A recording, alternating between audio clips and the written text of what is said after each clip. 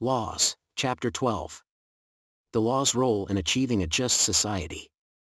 If a messenger or an ambassador carries a false message from our city to another, or brings back a false message from the city to which they are sent, or is proven to have brought back, whether from friends or enemies, in their capacity as a messenger or ambassador, something that was never said, they should be accused of violating the law by disobeying the commands and duties imposed upon them by Hermes and Zeus.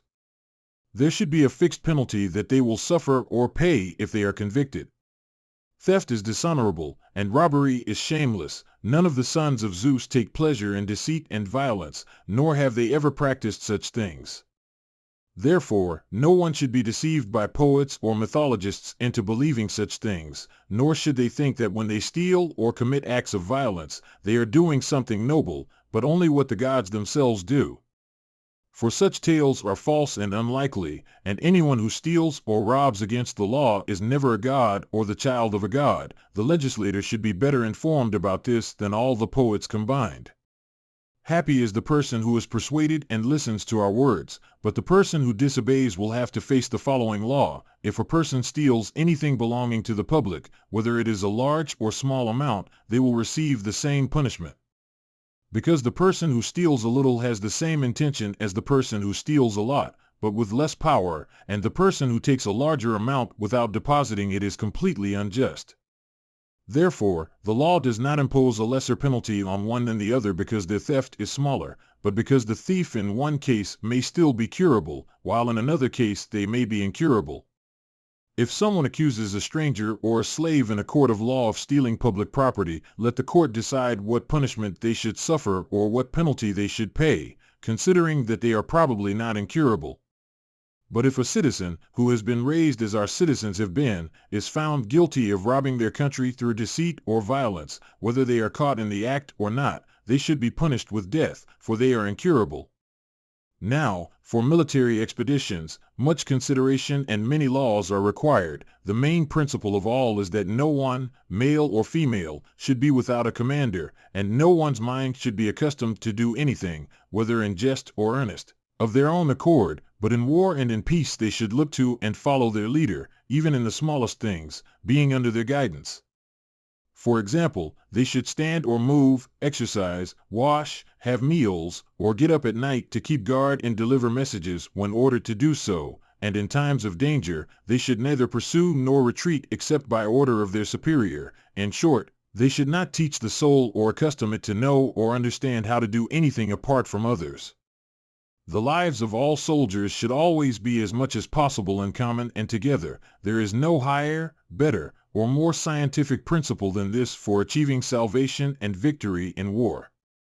And from youth onwards, during times of peace, we should practice the habit of commanding others and being commanded by others. Anarchy should have no place in the lives of humans or the animals subject to humans. I should also mention that all dances should be performed with the aim of military excellence. Agility and ease should be cultivated for the same purpose, as well as endurance of hunger and thirst, and of cold in winter and heat in summer, and of sleeping on hard beds, and above all, care should be taken not to hinder the natural growth of hair and soles by covering the head and feet with unnecessary coverings. For these are the extremities, and whether they are preserved or not is of the utmost importance among all parts of the body. One is the servant of the whole body, and the other is the master, in whom all the ruling senses are naturally placed. Let the young men imagine that they hear in what has been said before the praises of the military life. The law shall be as follows: those who are on the roll or appointed to some special service shall serve in war, and if anyone is absent due to cowardice, without the permission of the generals, they shall be accused before the military commanders for failure of service when the army returns home, and the soldiers shall be their judges, the heavy-armed soldiers, cavalry, and other branches of the service shall form separate courts, and they shall bring the heavy-armed soldiers before the heavy-armed soldiers, the horsemen before the horsemen, and the others in the same manner before their peers. And anyone found guilty shall never be allowed to compete for any valorous prize, accuse another of not serving on an expedition, or be an accuser in any military matters at all. Moreover, the court shall determine what punishment they shall suffer or what penalty they shall pay. When the suits for failure of service are completed, the leaders of the various types of troops shall hold another assembly, and they shall award the prizes for valor, and anyone who wants to seek judgment in their own branch of the service, without mentioning any previous expedition, producing any evidence or witnesses to support their claim, but only speaking about the present occasion. The victor in a competition shall receive an olive wreath as a crown of victory, which they can offer at the temple of any war god of their choosing. They can also add an inscription as a lasting testimony that they have won the first, second, or third prize. If someone leaves on a military expedition and returns home before the appointed time, while the generals have not withdrawn the army, they shall be charged with desertion by the same authorities who handle cases of failure of service. If found guilty, they shall receive the same punishment. In any legal case, it is important for all parties involved to be cautious about providing false testimony, whether intentionally or unintentionally. Justice is considered an honorable maiden, and falsehood goes against the principles of honor and justice. A witness must be careful not to act unjustly, such as by accusing someone of throwing away their weapons without considering the circumstances. It may be difficult to make such distinctions, but the law must attempt to define different scenarios. To illustrate my point, let me share an ancient tale. If Patroclus had been brought back to the tent alive, but without his weapons, which were originally given to Peleus by the gods as a wedding gift when he married Thetis, and if Hector had kept those weapons, then the weak-minded individuals of that time might have accused Patroclus of throwing away his weapons. There are also cases of individuals who have lost their weapons when falling off cliffs or being overwhelmed by water at sea. There are countless situations like these that can be used to justify and mitigate misfortune. Therefore, we must try our best to distinguish between more serious and lesser evils. In terms of using terms of reproach, it is not always fair to label someone as a thrower away of their shield. They may simply be unfortunate and have lost their weapons. There is a significant difference between someone who has had their weapons taken away by force and someone who willingly let us go of their shield. The law should be as follows: if a person with weapons is overtaken by the enemy and does not defend themselves, but voluntarily let us go of their weapons or throws them away, choosing a dishonorable life and a quick escape over a courageous, noble, and blessed death, then justice should be served. However, the judge should not consider the previously mentioned cases, as bad individuals should always be punished in the hope of improvement, but not the unfortunate, as there is no benefit in that. What should be the punishment for someone who throws away their weapons? According to tradition, Sentinels, a Thessalian, was transformed by a god from a woman into a man. However, the reverse miracle cannot be performed, so no punishment would be more fitting than transforming the man who throws away his shield into a woman. Of course, this is impossible, so let us create a law that comes as close to this as possible. If someone values their life too much and throws away their shield in war, they shall be in no danger for the rest of their days, but will forever carry the stigma of cowardice. The law should state that when a person is found guilty of disgracefully throwing away their weapons in war, no general or military officer shall allow them to serve as a soldier or hold any position in the ranks of soldiers. Any officer who gives a coward a position shall be penalized by the public examiner. The penalty shall be 1,000 drachmae for a high-ranking officer, 5 minae for a second-class officer, 3 minae for a third-class officer, and 1 mina for a fourth-class officer. The person found guilty of cowardice shall not only be dismissed from facing manly dangers, which is a fitting disgrace, but they shall also pay 1,000 drachmae if they are of the highest class, 5 minae if they are of the second class, 3 minae if they are of the third class, and 1 mina, like the previous cases, if they are of the fourth class. Now, let us consider the regulations for examiners. Some of our magistrates are elected by lot for a year, while others are chosen from a select group for a longer period. Who will be a suitable censor or examiner if any of these magistrates, burdened by their responsibilities or unable to uphold the dignity of their office, engage in corrupt practices? It is not easy to find a magistrate who surpasses others in virtue, but we must strive to find a censor or examiner who is exceptional. There are many factors that can lead to the dissolution of a state, just as there are in a ship or an animal. They all have their cords, girders, and sinews, one nature spread across many places and known by many names. The role of an examiner is crucial in preserving and potentially dissolving states. For if the judges are better than the magistrates, and they fulfill their duty justly and without blame, then the entire state and country thrive and are happy. But if the examination of the magistrates is conducted improperly, then, due to the relaxation of justice, which is the binding principle of all constitutions, every power in the state is torn apart from one another. They no longer lean in the same direction, but instead fill the city with factions, dividing one city into many, and ultimately leading to destruction.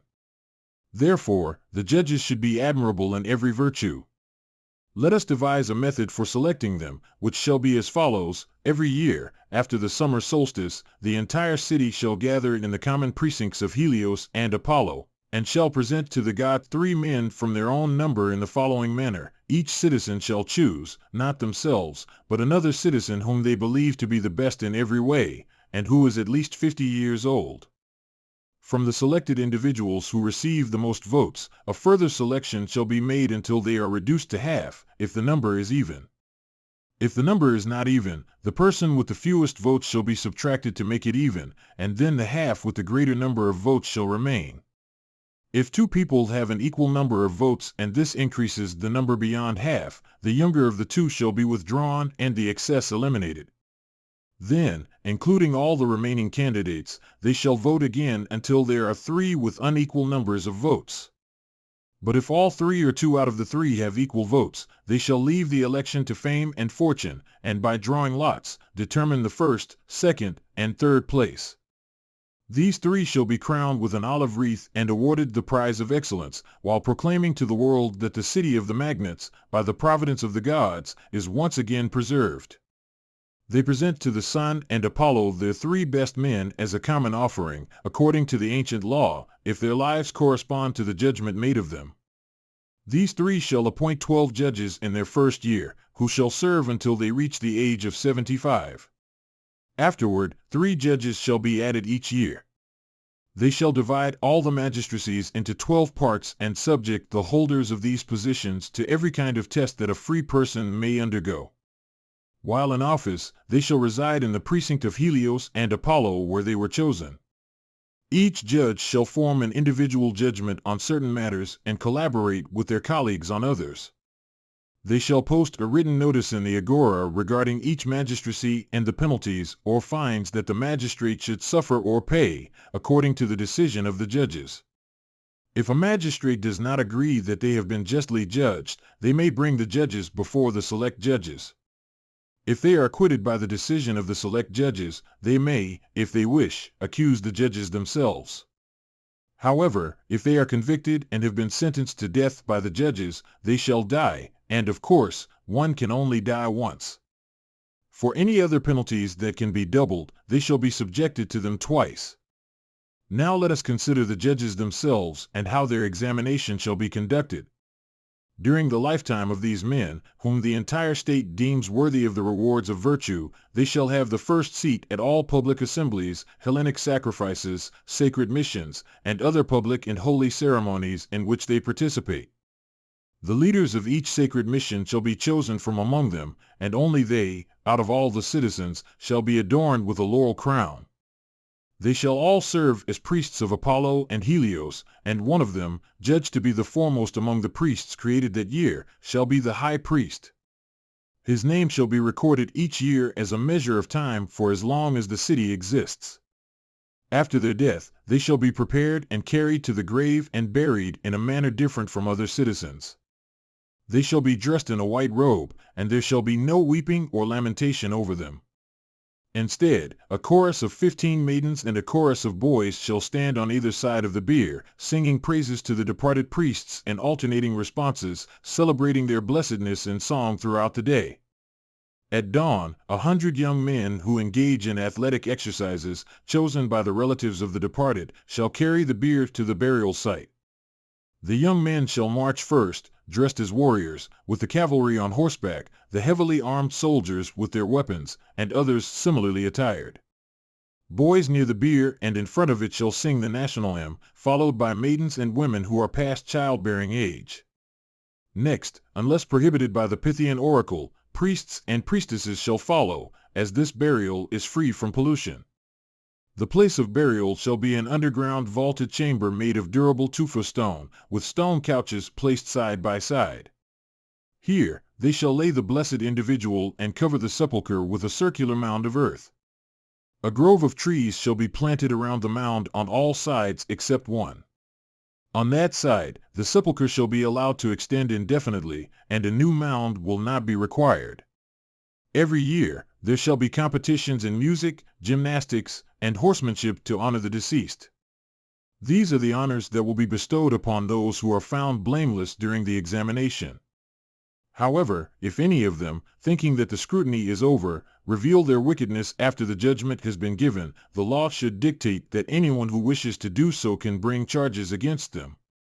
The case will be tried in the following manner. The court will consist of the guardians of the law, along with the surviving examiners and the court of select judges. The accuser will present their charges, stating that the accused is unworthy of the prize of virtue and their position. If the defendant is convicted, they will be stripped of their position, denied a proper burial, and deprived of other honors. If the prosecutor fails to obtain 1/5 of the votes, they will have to pay a fine. The amount of the fine will depend on their class: 12 minae for the first class, 8 minae for the second class, 6 minae for the third class, and 2 minae for the fourth class. The decision of Rhadamanthus is truly admirable. He understood that people in his time believed without a doubt in the existence of gods, which was a reasonable belief back then since most people were believed to be the offspring of gods. According to tradition, Rhadamanthus himself was considered a god. He seemed to believe that judgment should be left to the gods alone, rather than to humans. He resolved cases quickly and simply by having the two parties swear an oath regarding the points in dispute. However, in our current times, there are some who do not believe in the existence of gods, and others who believe that the gods have no concern for us.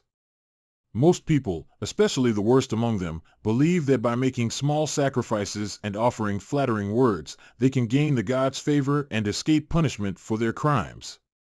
Therefore, Rhadamanthus' method is no longer suitable for the needs of justice. As people's beliefs about the gods have changed, so too should the laws change. In a rational legal system, oaths should be eliminated when granting lawsuits. The plaintiff should write down the charges without adding an oath, and the defendant should provide a written denial to the magistrates without swearing. It is dreadful to know that when there are many lawsuits in a state, almost half of the people who casually interact with each other at public meals and other social gatherings are committing perjury. The law should be as follows: a judge who is about to give judgment should take an oath, and those who are selecting magistrates for the state should either vote on oath or with a voting tablet from a temple. The same applies to judges of dances, music, and the superintendents and umpires of gymnastic and equestrian contests, as well as any other matters where a false oath would not provide any advantage. However, cases where a denial confirmed by an oath clearly benefits the one taking the oath should be decided without the party swearing. The presiding judges should not allow either party to use an oath to persuade or to curse themselves and their descendants, nor should they allow unseemly supplications or lamentations. Instead, they should always teach and learn what is just using auspicious words. Anyone who deviates from this should be considered off topic, and the judges should redirect them to the relevant issue. On the other hand, when dealing with strangers, they should continue to have the power to give and receive oaths, as they will not often reside in the city for long or leave behind offspring who will inherit the land. Regarding private lawsuits, the manner of deciding cases between all citizens should be the same as in cases where any freeman disobeys the state in minor matters that do not carry the penalty of physical punishment or death. However, when it comes to attending choruses, processions, shows, and public services such as sacrifices during peacetime or contributions during war, the priority is to provide a remedy for any losses. Those who refuse to comply should provide security to the officers authorized by the city and the law to collect the owed sum.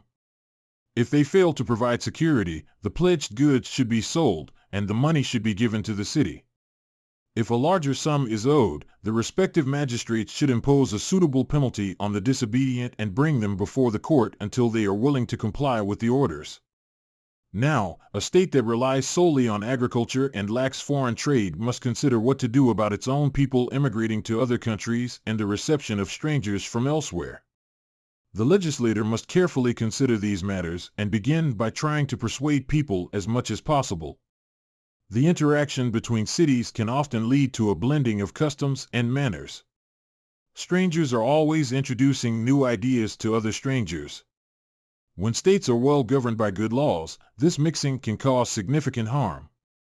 However, since most cities are not well ordered, the confusion that arises from receiving strangers and citizens traveling to other cities is not a big concern.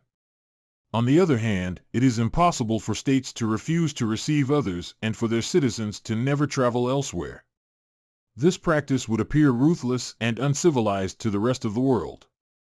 It is a practice associated with people who use harsh words, such as xenalasia or banishment of strangers, and who have harsh and unfriendly ways. It is important to be thought well of by the rest of the world, as their judgment of who is good and who is bad is generally accurate. Even bad people have an instinct that can discern between good and bad, and many depraved individuals can make correct judgments about the differences between good and bad. Most cities are right to encourage us to value a good reputation in the world. There is no greater truth than the fact that someone who is profoundly good seeks a good reputation along with actual goodness.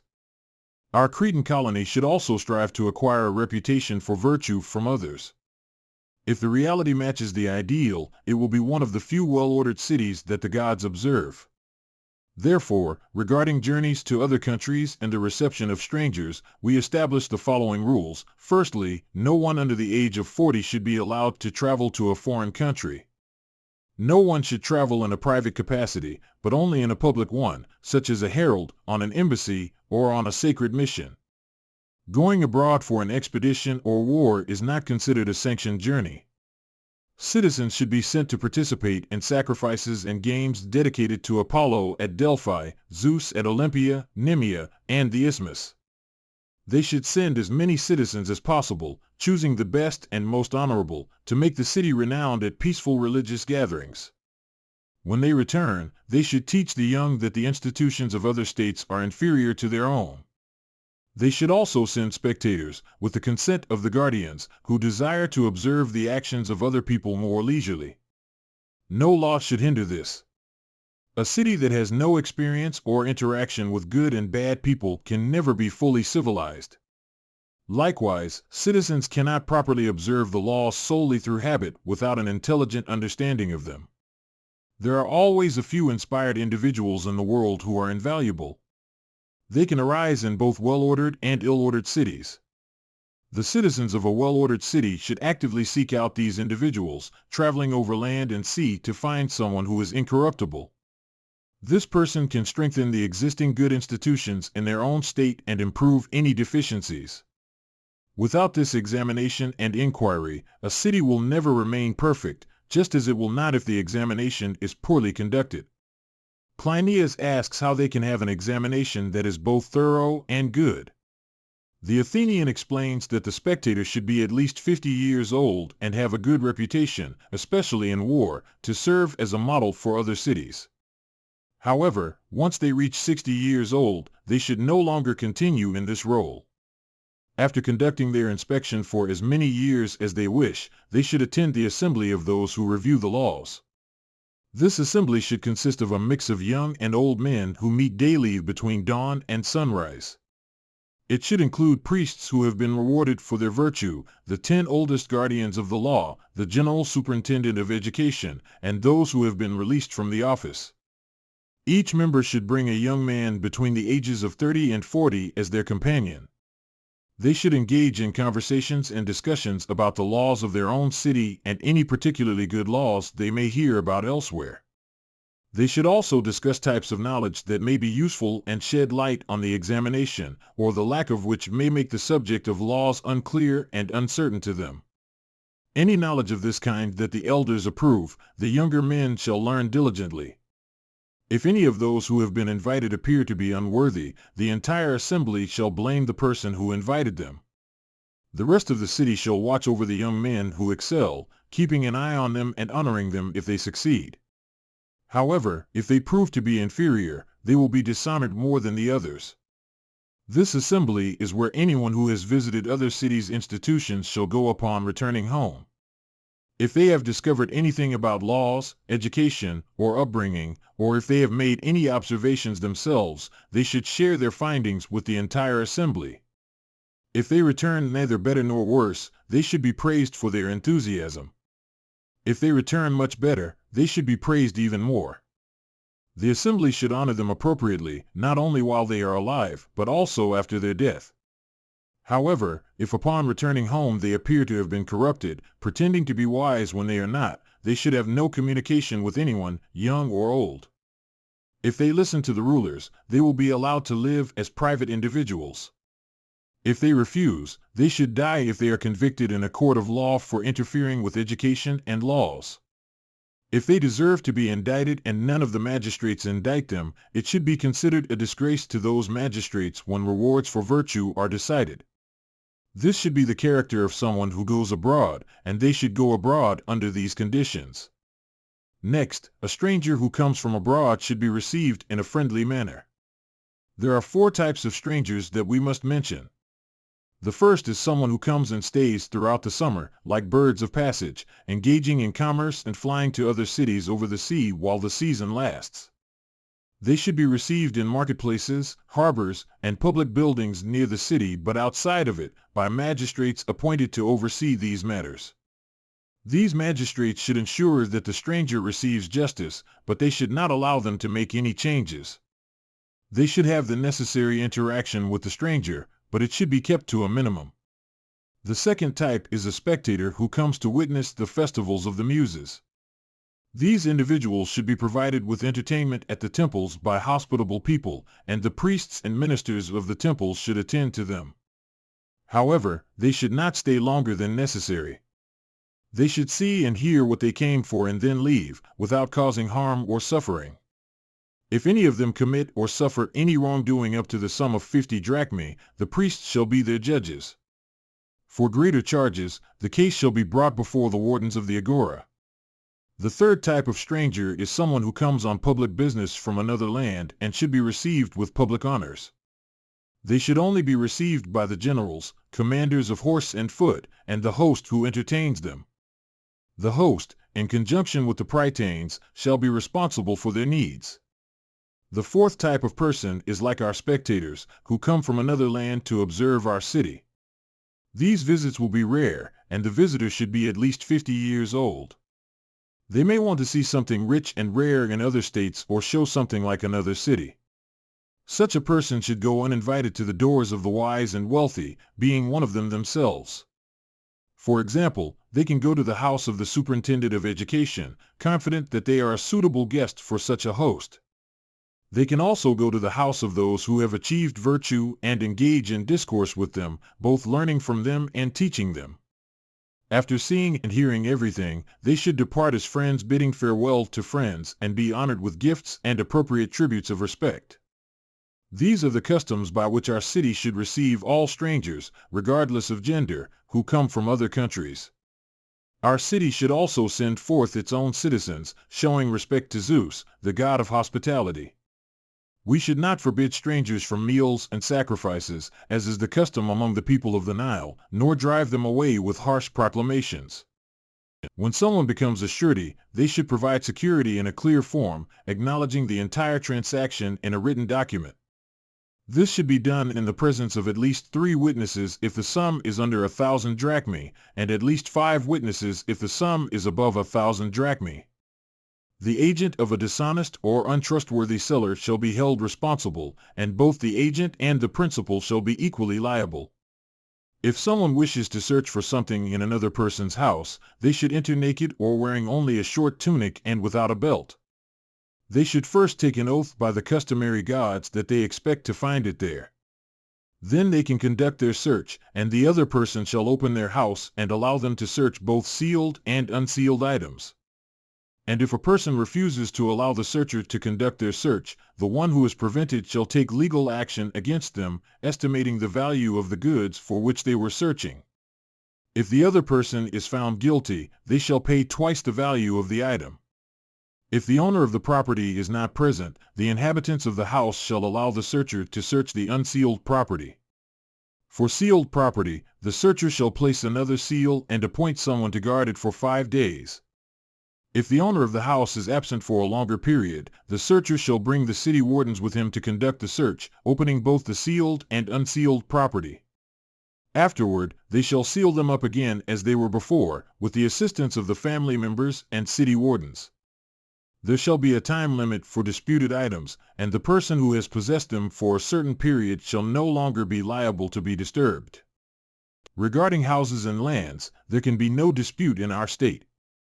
However, if a person has any other possessions that they have openly used and displayed in the city, marketplace, and temples, and no one has claimed them, and someone later claims to have been searching for them during that time, if the possessor has made no effort to conceal them and they have remained in their possession for a year, the claim of the seeker shall not be allowed after the expiration of the year.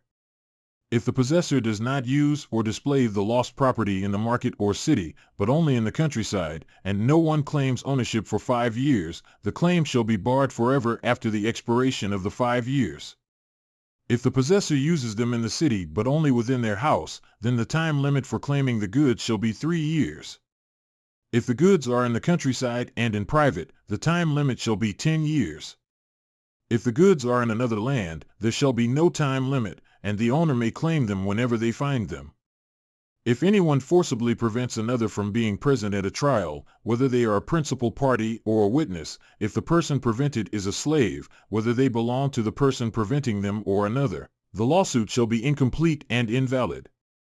If the person prevented is a freeman, in addition to the lawsuit being incomplete, the person who prevented them shall be imprisoned for a year and may be prosecuted for kidnapping by anyone who wishes to do so.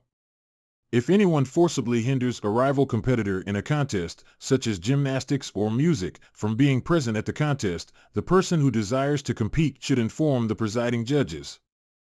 They shall then free the person who wishes to compete. If they are unable to do so and the person who hindered the other from competing wins the prize of victory shall be given to the person who was prevented, and they may have their name inscribed as the winner in any temples they choose. The person who hindered the others shall not be allowed to make any offerings or inscriptions related to that contest. In any case, they shall be liable for damages, whether they are defeated or victorious. If anyone knowingly receives stolen goods, they shall undergo the same punishment as the thief. If a person receives an exile, they shall be punished with death.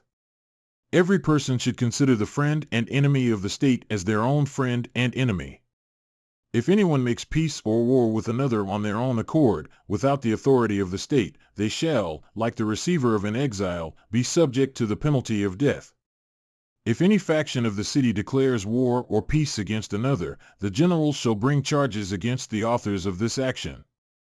If they are convicted, the penalty shall be death. Those who serve their country should do so without receiving gifts, and the saying, "Men should receive gifts as the reward of good, but not of evil deeds," should not be excused or approved. It is not an easy matter to know which deeds are good or evil and to stand firm in our knowledge. The safest course of action is to obey the law that says, "Do not serve for a bribe," and anyone who disobeys and is convicted shall simply die. For the purpose of taxation, every person should have their property valued for various reasons. The members of the tribe should also bring a record of their yearly produce to the country wardens, so that there may be 2 valuations. The public officers may then choose annually which valuation they deem best, whether they prefer to take a certain portion of the total value or of the annual revenue after subtracting what is paid to the common tables. When it comes to offerings to the gods, a moderate person should exercise moderation in what they offer. The land and hearth of every person's house are sacred to all gods, so no one should dedicate them a second time to the gods. Gold and silver, whether possessed by individuals or in temples, can provoke envy in other cities. Ivory, which comes from a dead body, is not a suitable offering. Brass and iron are instruments of war. However, a person may bring any offering they like made of wood if it is a single block. Similarly, they may bring offerings made of stone to public temples. When it comes to woven work, a person should not offer more than what one woman can complete in a month. White is a color that is favored by the gods, especially in woven works, but dyes should only be used for decorative purposes in war. The most divine gifts are birds and images, and they should be of a size that can be painted by a single artist in one day. All other offerings should follow a similar rule. Now that the entire city has been divided into parts, with their nature and number described, and laws have been given regarding the most important contracts, the next step is to ensure justice is served. The first court shall consist of elected judges, chosen by both the plaintiff and the defendant. These judges shall be called arbitrators rather than judges. In the second court, there shall be judges from the villages and tribes, corresponding to the division of the land into 12 parts. The litigants shall go before these judges to argue for greater damages if the case is not decided in the first court. If the defendant is defeated a second time, they shall pay a fifth more than the damages mentioned in the indictment. If the defendant is dissatisfied with the judges and wishes to try a third time, they may take the case before select judges. If they are defeated again, they shall pay the full number of damages plus half as much again. If the plaintiff is defeated in the first court but persists in going to the second court, and if they win, they shall receive the damages plus a fifth more. If they are defeated, they shall pay a similar sum. If the plaintiff is not satisfied with the previous decision and insists on proceeding to a third court, if they win, they shall receive the damages plus half as much again. If they lose, they shall pay half of the damages claimed. The assignment of judges to courts, the completion of their numbers, the appointment of servants to the different magistrates, the timing of when cases should be heard, the voting and delays, and all other matters related to lawsuits, including the order of cases and the time limits for responses and appearances, have already been discussed. However, it is not harmful to repeat what is right 2 or 3 times. Any lesser and easier matters that the older legislator has omitted may be added by the younger one. Private courts will be regulated in this way, as well as the public and state courts, which exist in many other states. Many respectable institutions of this kind have been established by good men, and the guardians of the law can derive what is necessary for the order of our new state by considering and correcting them and subjecting them to the test of experience until every detail is satisfactorily determined. Then, they can be finalized and made irreversible, to be used forever after. Regarding the silence of judges and the avoidance of words of ill omen and their opposites, and the different notions of justice, goodness, and honor that exist in our state compared to others, some of these have already been mentioned, and the rest will be mentioned later as we approach the end. Anyone who wishes to be a fair judge should consider all these matters and possess writings about them to learn from. Of all types of knowledge, knowledge of good laws has the greatest power to improve the learner. Otherwise, there would be no meaning in the divine and admirable law having a name related to mind, nous, nomos. The writings of the legislator are the only sure test for all other words, whether they are praises or criticisms of individuals found in poetry or prose, written or spoken in daily conversation, or the subject of disputes or weak agreements. The righteous judge should keep these writings in mind as the antidote to all other words, and in doing so, make themselves and the city upright, ensuring that justice continues and grows for the good, and that the bad are converted from ignorance, intemperance, and all forms of unrighteousness, to the extent that their evil minds can be healed. For those whose lives are truly finished, death will be given as the only remedy for their souls in that condition. Such judges and chiefs of judges will be deserving of praise from the entire city. Once the cases for the year are completed, the following laws shall govern their execution. Firstly, the judge shall assign to the winning party the entire property of the losing party, except for basic necessities. This assignment shall be made through a herald immediately after each decision, in the presence of the judges. When the following month arrives after the month in which the courts were held, unless the winner of the suit has already been satisfied, the court shall follow up on the case and hand over the loser's goods to the winner. However, if it is found that the loser does not have the means to pay, and the amount owed is not less than a drachma, the insolvent person shall not have the right to bring any other lawsuits until they have satisfied the debt to the winning party. Other individuals, however, still have the right to bring suits against them. And if anyone after being condemned refuses to acknowledge the authority that condemned him, let the magistrates who are thus deprived of their authority bring him before the court of the guardians of the law. If he is found guilty, let him be punished with death, as a subverter of the entire state and its laws.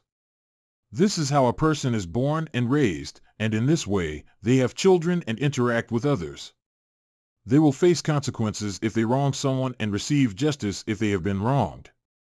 Eventually, they will grow old under the protection of the laws and pass away naturally. Regarding the deceased, the interpreters will have absolute authority to decide on the appropriate religious ceremonies to be performed, whether they pertain to the gods of the underworld or the gods of this world. Their graves should not be in areas suitable for cultivation, and no monuments, large or small, should be erected in such places.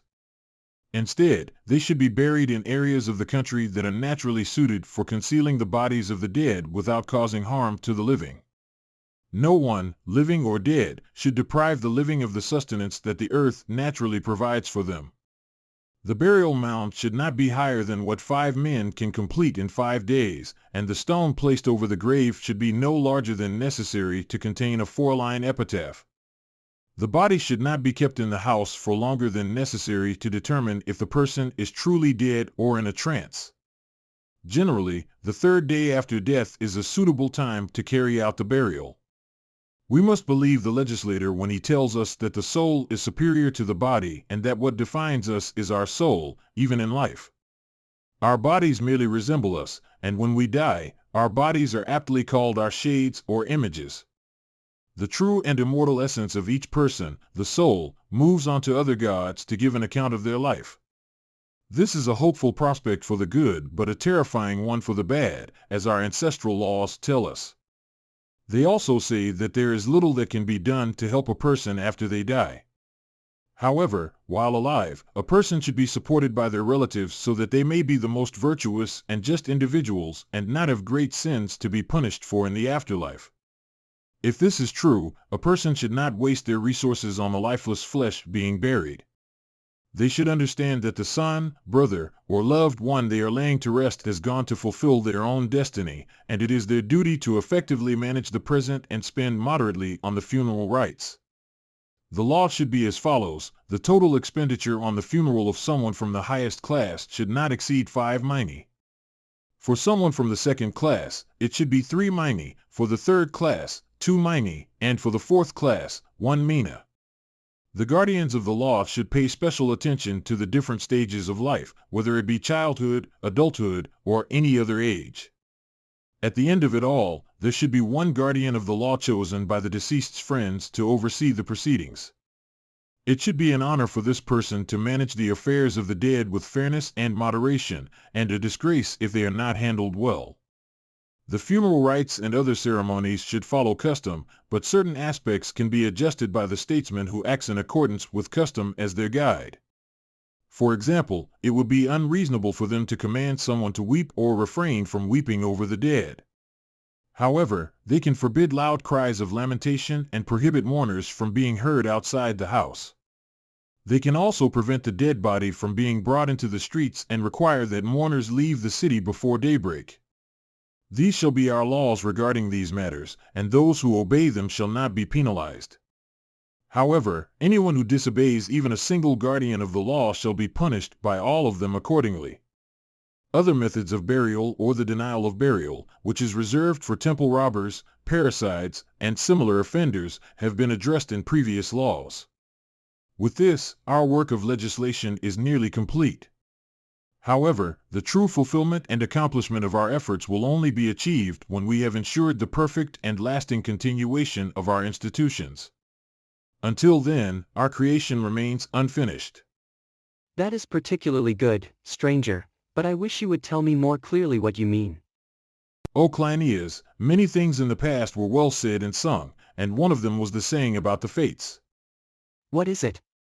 The saying is that Lachesis, the giver of the lots, is the first fate, Clotho, the spinner, is the second fate, and Atropos, the unchanging one, is the third fate. Atropos is the preserver of the things we have spoken about, which have been compared to things woven by fire. Both Atropos and fire produce the quality of unchangeableness. I am speaking about the things that, in a state and government, not only promote health and well-being in the body, but also preserve the law in the soul. And, if I am not mistaken, it seems that this quality is still lacking in our laws. We still need to figure out how to instill this irreversible nature in them. It will be a significant achievement if we can discover how to implant such a nature in anything. But it can certainly be done, I am certain of that. Then let us not give up until we have imparted this quality to our laws. It would be ridiculous to place something on an insecure foundation after putting in so much effort. I agree with your suggestion and share the same opinion. Very well. Now, according to you, what will be the salvation of our government and laws, and how will it be achieved? Didn't we say that there must be a council in our city of this kind, the 10 oldest guardians of the law, along with all those who have achieved virtuous deeds, would gather in the same assembly? The council would also include those who have traveled to foreign countries in search of knowledge that could be useful in preserving the laws. These individuals, having returned safely and having been tested in these matters, have proven themselves worthy to participate in the assembly. Each member of the council would select a young man of at least 30 years of age, judging for themselves whether the young man is worthy by nature and education. They would then suggest him to the others, and if they also find him worthy, they will adopt him. However, if they do not find him worthy, the decision would be kept a secret from the public, especially the rejected candidate. The council would meet early in the morning when everyone is most free from other public or private matters. Did we not discuss something like this before? True. So, going back to the council, I would say that if we make it the anchor of the state, our city, having everything that is suitable for her, will preserve all that we wish to preserve. What do you mean? Now is the time for me to speak the truth earnestly. Well said, and I hope that you will fulfill your intention. Know, Cleinias, that everything, in all its actions, has a natural savior. Just as the soul and the head are the chief saviors of an animal. Once again, what do you mean? It is obvious that the well-being of those two is the preservation of every living thing. How is that? The soul contains the mind, among other things, and the head contains sight and hearing, among other things. When the mind mingles with the noblest of the senses and becomes one with them, it can truly be called the salvation of all. Yes, that is true. Indeed, but what is that intellect concerned with, which, when mingling with the senses, becomes the salvation of ships in storms as well as in fair weather? In a ship, when the pilot and sailors combine their perceptions with the guiding mind, don't they save themselves and their vessel? Very true. We do not need many examples about such matters. What goal would a general of an army or a physician set for themselves if they were seeking salvation? Very good. Doesn't the general aim for victory and superiority in war, and don't the physician and their assistants aim to restore health in the body? Certainly. And a physician who is ignorant about the body, that is, who does not know what we just called health, or a general who doesn't know victory, or anyone else who is ignorant about the specifics of the arts we mentioned, cannot be said to have understanding about any of these matters. They cannot. And what would you say about the state? If a person proves to be ignorant of the goal that a statesman should aim for, should they even be called a ruler? Furthermore, will they ever be able to preserve something of which they do not even know the goal? Impossible. Therefore, if our establishment of the country is to be perfect, we ought to have an institution that will tell us what the goal of the state is and inform us how to achieve it. This institution should advise us on what laws or individuals will help us reach that goal. Any state that lacks such an institution is likely to be devoid of reason and sense, and all its actions will be based on mere chance. That's absolutely true. So, in which part or institution of the state can we find this guardian power? Can we say? I am not entirely sure, stranger, but I suspect you are referring to the assembly that you mentioned earlier, which meets at night. You understand me perfectly, Cleinias. And we must assume, as the argument suggests, that this council possesses all virtue. The beginning of virtue is not to make mistakes by guessing many things, but to focus on one thing and direct all our aims towards it. That's true. Now we will see why it is not surprising for states to go astray. The reason is that their legislators have different aims. Some lay down as their rule of justice that certain individuals should rule in the state, whether they are good or bad, while others prioritize the citizens being rich, regardless of whether they are enslaved by others or not. Some lean towards freedom, and others legislate with the intention of being both free and the rulers of other states. But the so-called wisest men, who consider themselves to be such, have various aims and do not exclusively honor any one of them. Then, stranger, our previous assertion holds true. We were saying that laws should generally focus on one thing only, which, as we agreed, is virtue. Yes, And we said that virtue has 4 kinds, that's correct. and that the mind is the leader of the 4, and that the other 3 virtues and all other things should have regard for her. You're following me excellently, Cleinias. I would ask you to continue following me until the end. We have already said that the mind of the pilot, the mind of the physician, and the mind of the general focus on that one thing on which they should focus. Now let us turn to political mind, which we will treat as a human creature, and ask her a question. O wonderful being, what are you looking at? The physician can state his single aim in life, but you, the superior being of all intelligent beings, claim that you cannot state yours. Can you, Megillus and Cleinias, clearly state the aim of political mind, after all the explanations I have given you? We cannot, stranger. Well, shouldn't we desire to see it and know where it can be found? For example, where? For example, we were saying that there are 4 kinds of virtue, and since there are 4, each of them must be one. Certainly. And furthermore, we call all 4 of them one. We say that courage is virtue, prudence is virtue, and the same goes for the other 2, as if they were not many but one, that is, virtue.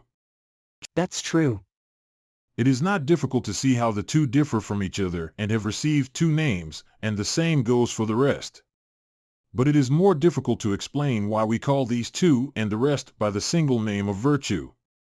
What do you mean? I have no difficulty in explaining what I mean. Let us break down the subject into questions and answers. Once again, what do you mean? Ask me what that one thing is that I call virtue, and then speak of as 2, with one part being courage and the other wisdom. I will tell you how that happens. One of them deals with fear, and even animals and incredibly young children participate in this. I am referring to courage, which is a natural gift, not a product of reason. But reason is necessary for a wise and understanding soul. It is of a different nature. That's true. I have now explained how the 2 are different. Now you tell me how they are one and the same. Suppose I ask you how the 4 are one, and when you answer, you will have the right to ask me how they are 4. Then we can proceed to inquire whether, in the case of things that have a name and a definition, true knowledge consists of knowing only the name and not the definition. Can someone who is competent be ignorant of all this without being discredited, especially when it comes to great and glorious truths? I suppose not. And is there anything greater for the legislator, the guardian of the law, and the person who believes they excel all others in virtue and have achieved excellence, than these very qualities we are discussing: courage, temperance, wisdom, justice?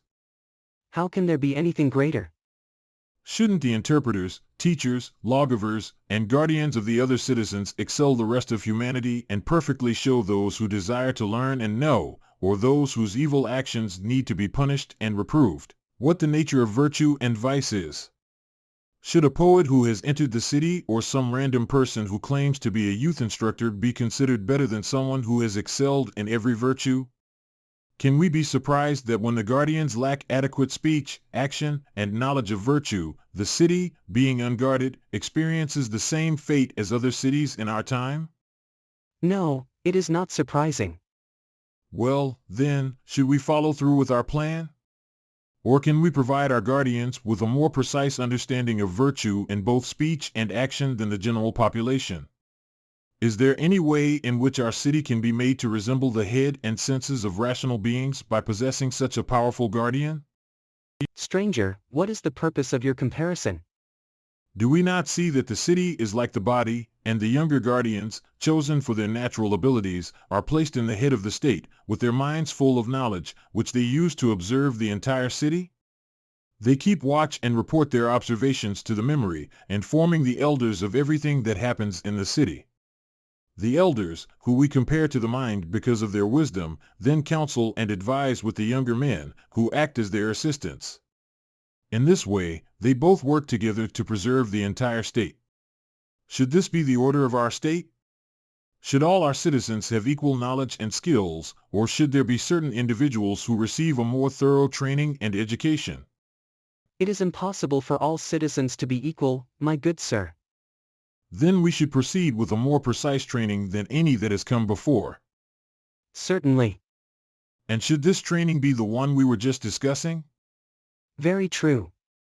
Did we not say that the perfect guardian or craftsman should not only be able to see the many goals, but also strive towards the goal? They should understand this goal and order all things with it in mind. True. And is there a more precise way to consider or contemplate something than being able to see one idea gathered from many different things? Perhaps not. Not perhaps not, but certainly not, my good sir, is the correct answer. No one has discovered a truer method than this. I defer to your expertise, stranger. Let us proceed with the method you propose. Then, it seems that we must compel the guardians of our divine state to understand, first and foremost, the principle that is the same in all four virtues: courage, temperance, justice, and prudence. This principle, which is one, we should aptly call virtue. Let us hold on to this principle, my friends, and not let go until we have sufficiently explained what it is that we should focus on, whether it is to be regarded as one, or as both, or in whatever way. Can we ever achieve a virtuous state if we cannot determine whether virtue is many, or four, or one? If we discuss among ourselves, we will find a way to incorporate this principle into our state. But if you have decided that we should leave the matter alone, we will do so. Stranger, I swear by the God of strangers that we must not leave it alone. You speak the truth, and we would like to know how you will accomplish your purpose. Wait a moment before you ask, and let us first agree with one another that the purpose must be accomplished. Certainly, if it can be. And what about the concepts of good and honorable? Should we have the same understanding of them? Should our guardians only know that they are many, or should they also understand how and in what way they are one? They should also consider in what sense they are one. And should they only consider, or should they also be able to express their thoughts? Certainly not, that would be the state of a slave. And can the same be said for all good things? Should the true guardians of the laws know the truth about them, be able to explain them in words, and put them into action, judging what is well and what is not according to nature? Certainly. Is not the knowledge of the gods, which we have discussed with great enthusiasm, one of the noblest forms of knowledge? To know that they exist and understand the extent of their power as far as human beings can. We excuse most citizens who simply follow the laws, but we refuse to accept as guardians anyone who does not strive to gather as much evidence as possible about the gods. Our city is forbidden from choosing as a guardian of the law, or including in the select group of virtuous individuals, someone who is not inspired and has not worked towards these things. It is just, as you say, that those who are lazy or incapable in such matters should be rejected, and that honorable things should be kept away from them. Are we certain that there are two things that lead people to believe in the gods, as we have previously mentioned? What are they? One is the argument about the soul, which we have already discussed, that it is the oldest and most divine of all things, and that through motion it attains eternal existence. The other is an argument from the order of the motion of the stars and all things under the control of the mind that governs the universe. If a person looks at the world with seriousness and knowledge, they will find that even the most godless individuals experience an effect contrary to what most people believe. Many think that those who study astronomy and use the accompanying arts of demonstration may become godless because they see things happening by necessity rather than by an intelligent will accomplishing good. However, the reality is quite the opposite.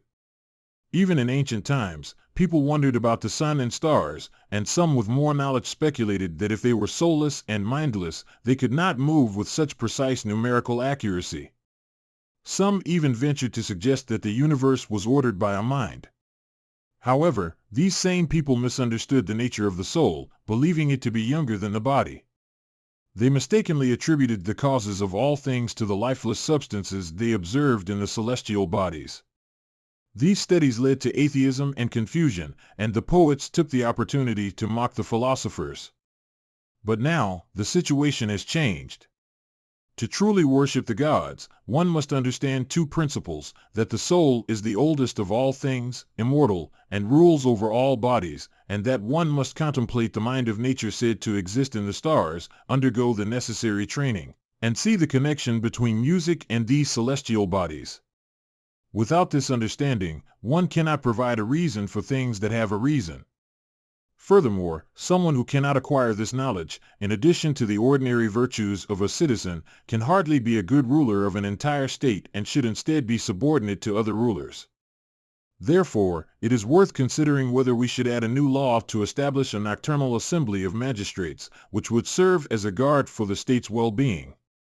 This assembly would be part of the overall education system we have proposed.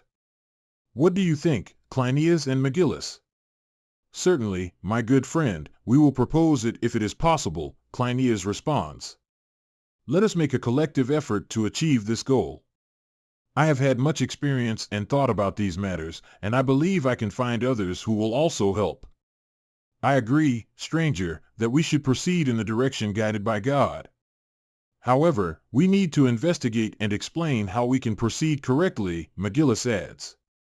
Oh, Megillus and Cleinias, we cannot legislate further on these matters until the council is established. Once that is done, we can determine their authority.